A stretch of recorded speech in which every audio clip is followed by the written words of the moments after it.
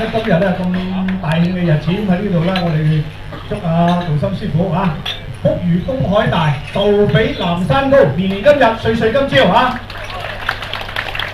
好多謝杜心師傅俾個咪我去講。其實我今日真係冇任何準備，都唔係咁多高人滿座。咁但係講緊呢個問題咧，我覺得武術係我哋中國嘅國粹。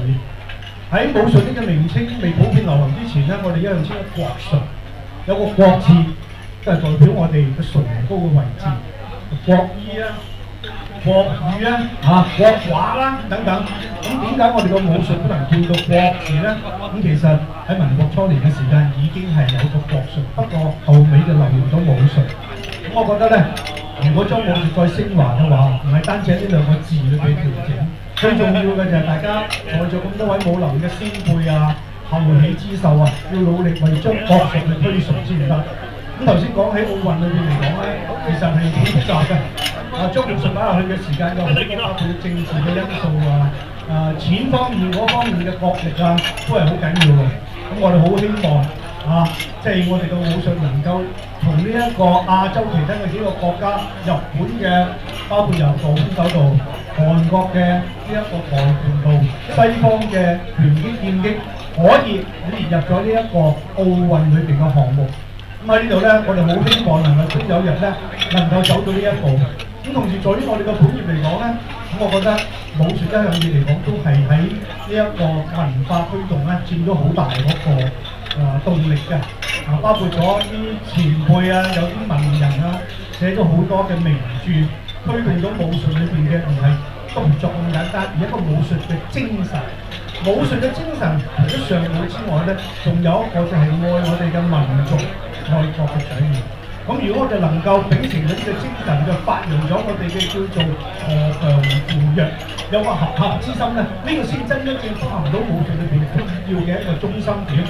咁喺呢度好希望我哋慢慢地將我哋個武術成個形象嘅改變一來要走上前進要係一個好潮流嘅地方，唔好用好古老嘅嘢。第二樣嘢就係話能夠令到普遍我哋接受武術係健康，唔係以前佢哋一樣喺40年、30年嗰種嘅印象。呢啲我哋好多謝杜生師傅能夠有咁樣嘅機會，希望我哋大家共同努力達到呢一步。多謝。我哋繼續呢個環節咧，對我哋武術同埋對我哋嘅影視係一個重要地位。我有請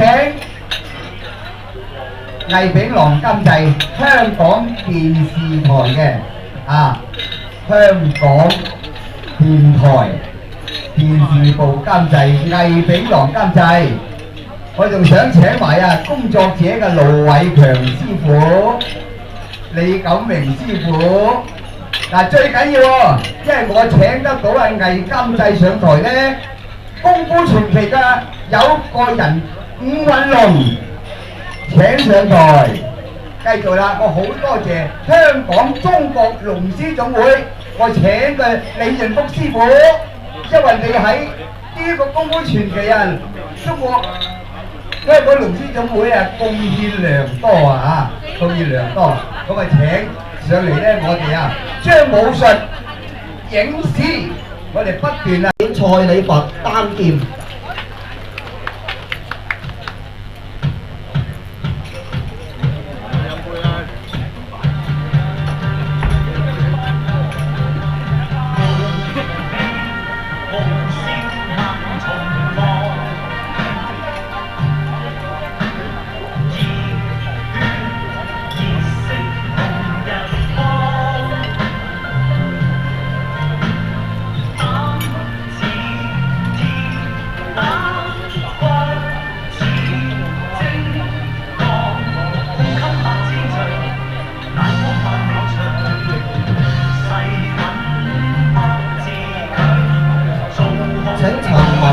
同埋佢嘅弟子準備。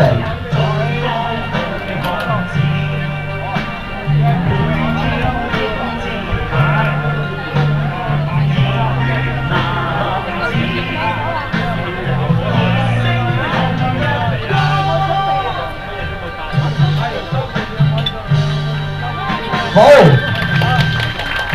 陳建文師傅請留步，非常多謝你精彩嘅表演。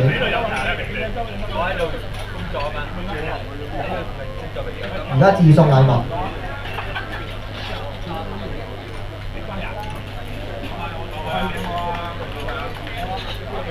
請陳文龍詠春拳館嘅陳文龍師傅同埋佢嘅一眾弟子表演尋橋。